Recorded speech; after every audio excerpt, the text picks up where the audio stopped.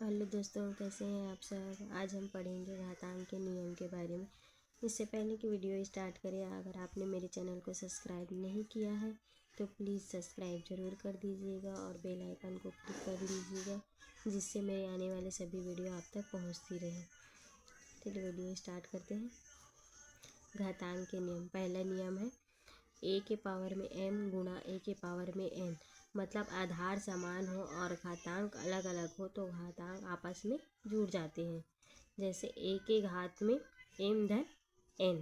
Example देख लेते हैं। 2 के घात में 6 धन 2 के घात में 4 बराबर कितना होगा। आधार तो वही रहेगा लेकिन घात आपस में क्या होगा, जुड़ जाएगा। तो 6 धन 4 10, 2 के घात में 10। दूसरा देख लेते हैं। ए के घात में m भागित ए के घात में n।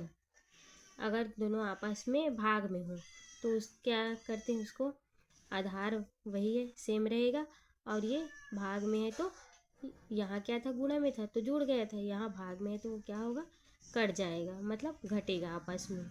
तो ए के घात में m ऋण n। एग्जाम्पल देख लेते हैं। एग्जाम्पल है 5 के घात में 7 भागित 5 के घात में 3 बराबर 5 के घात में 4। चलिए इसको सॉल्व कैसे करते हैं वो देख लेते हैं। सॉल्यूशन है 5 के घात में 7 भागित 5 के घात में 3। इसको कैसे लिख सकते हैं, भाग के रूप में लिख सकते हैं। 5 के घात में 7 बटे 5 के घात में 3। अब क्या होता है, इसका ऊपर जाइए 3, नीचे है वो ऊपर जाके ऋण में हो जाता है। तो 5 के घात में 7 ऋण 3 कितना आएगा, 7 में 3 गए तो 4। ये क्या है, इसका आंसर है। आगे देख लेते हैं। तीसरा है ए के घात में m पूरे के घात में n बराबर ए के घात में m गुना n। ये घात में कितने ही रहे, ये आपस में क्या होगा, गुणा में आ जाएगा। तो ए के घात में m गुना n। चलिए देख लेते हैं इसका एग्जाम्पल। चलिए इसका एग्जाम्पल देख लेते हैं। 8 के घात में 3 पूरे का घात में 6 बराबर 8 के घात में 18। चलिए इसको सॉल्व कैसे किए ये देख लेते हैं। 8 के घात में 3 पूरे के घात में 6 कितना आएगा, 8 के घात में 3 गुणा 6। ये क्या होगा, 3 और 6 आपस में गुणा में हो जाएगा। तो 8 के घात में 3 गुणा 6 18, 8 के घात में 18, ये इसका आंसर है। आगे देख लेते हैं।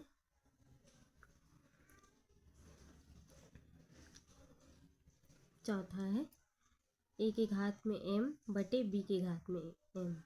घात तो समान है लेकिन आधार क्या है, अलग अलग है। तब क्या करें, तब क्या होगा, ए के घात में m b के घात में m। इसको ऐसे भी लिख सकते हैं, बराबर a बटे b पूरे के घात में m। इसका सही ये है, a बटे b पूरे के घात में m बराबर a के घात में m बटे b के घात में m। चलिए इसका सॉल्यूशन देख लेते हैं। एग्जाम्पल है 5 बटे 6 पूरे के घात में 2। तो इसको कैसे लिखेंगे, 5 के घात में 2 और 6 के घात में 2 बराबर 5 का घात 2 करेंगे तो 5 5 का गुणा 25 और 6 6 का गुणा करेंगे तो 36। ये इसका आंसर है। आगे देख लेते हैं। आगे देख लेते हैं। पांचवा है ए के घात में 1 बराबर a। किसी भी संख्या के घात में 1 हो तो उसका मान वही संख्या आता है, ठीक है। फिर है छठवां नंबर ए के घात में 0। ए के घात में 0 बराबर 1।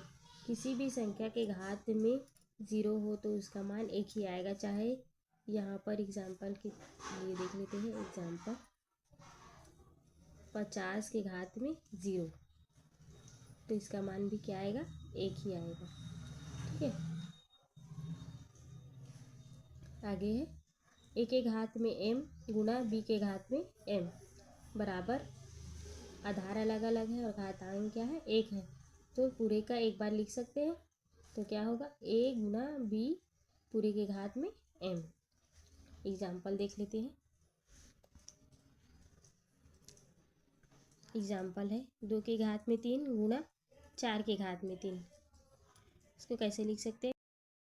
2 गुणा 4 पूरे के घात में 3, और 2 और 4 का गुणा करेंगे तो 8, 8 के घात में 3। डायरेक्ट ये ऐसा भी लिख सकते हैं, या फिर 2 गुणा 4 पूरे के घात में 3, ऐसा भी लिख सकते हैं।